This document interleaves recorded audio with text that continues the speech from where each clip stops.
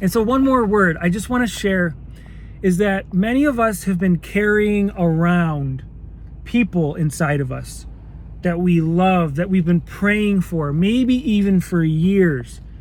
And it seems like maybe it's like we're wasting our time, or they're a lost cause, or they should be bearing fruit right now. They should be born unto Christ by now. They should have repented and believed in the gospel by now.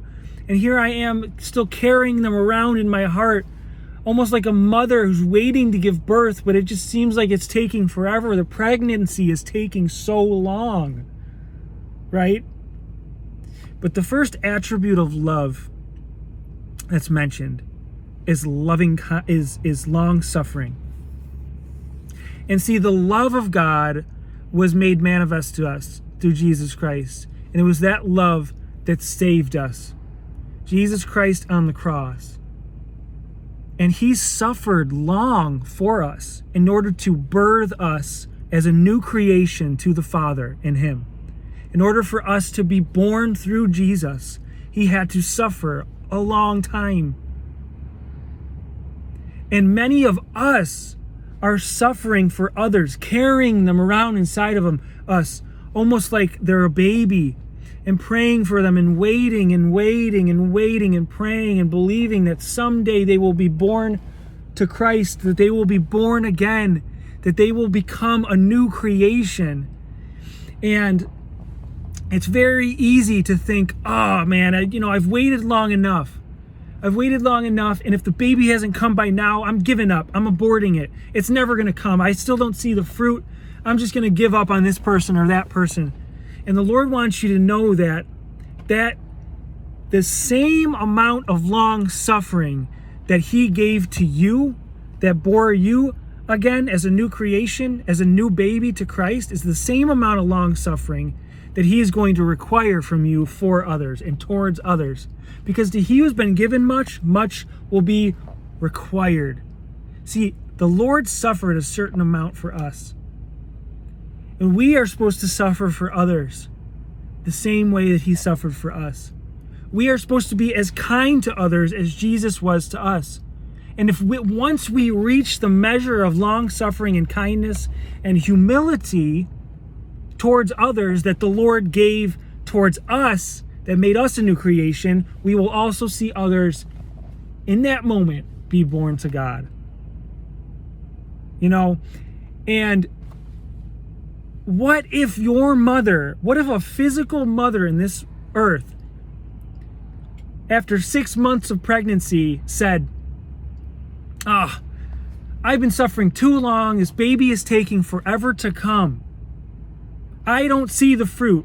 Where is this baby? It should be out by now. It should be born by now. He should be walking around by now. He should be doing all these things and taking care of himself by now. What if a mother had that mentality with the baby that was in her womb? What she would do is she would end up aborting the baby before the time. And she would never get to see the baby born. And she would never get to receive the joy and the fruit of her labor, of being in love with that baby and being able to hold that baby, being able to have a relationship with that newborn baby.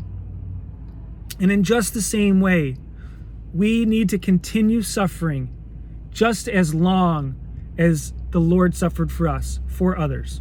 We need to continue being kind to others as much as Jesus was kind to us. We need to continue to be humble before others as much as Jesus was humble towards us. And a lot of Christians would say, oh, well, Jesus suffered. We don't have to suffer. Jesus took all of it on the cross. Jesus paid all the price on himself. Jesus, we shouldn't have to go through these same trials. That's not the gospel.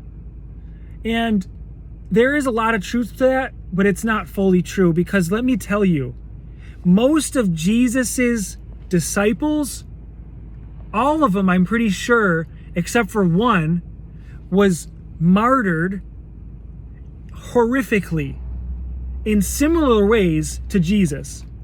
So what if Peter was to say, oh Lord, I shouldn't have to suffer the way you did? That's not a part of my life. You took all the suffering, all the penalty, all the pain for my sin. Why should I have to suffer for others? That's not the gospel.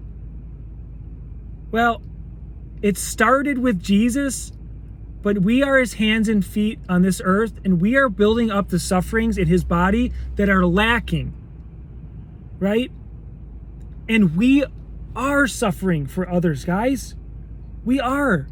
Because Peter was crucified upside down. So he had the same death as Jesus almost. Not totally the same, but for us to just say, oh, I don't have to go through these things. No, the Bible says that we have to go through these things. Whatever your cross is to bear, whatever your suffering is to bear, pick it up and carry it, because people will be saved as they see Christ through you, his suffering, his death, his trials, his burial, and his resurrection as the baby is born from you in that moment.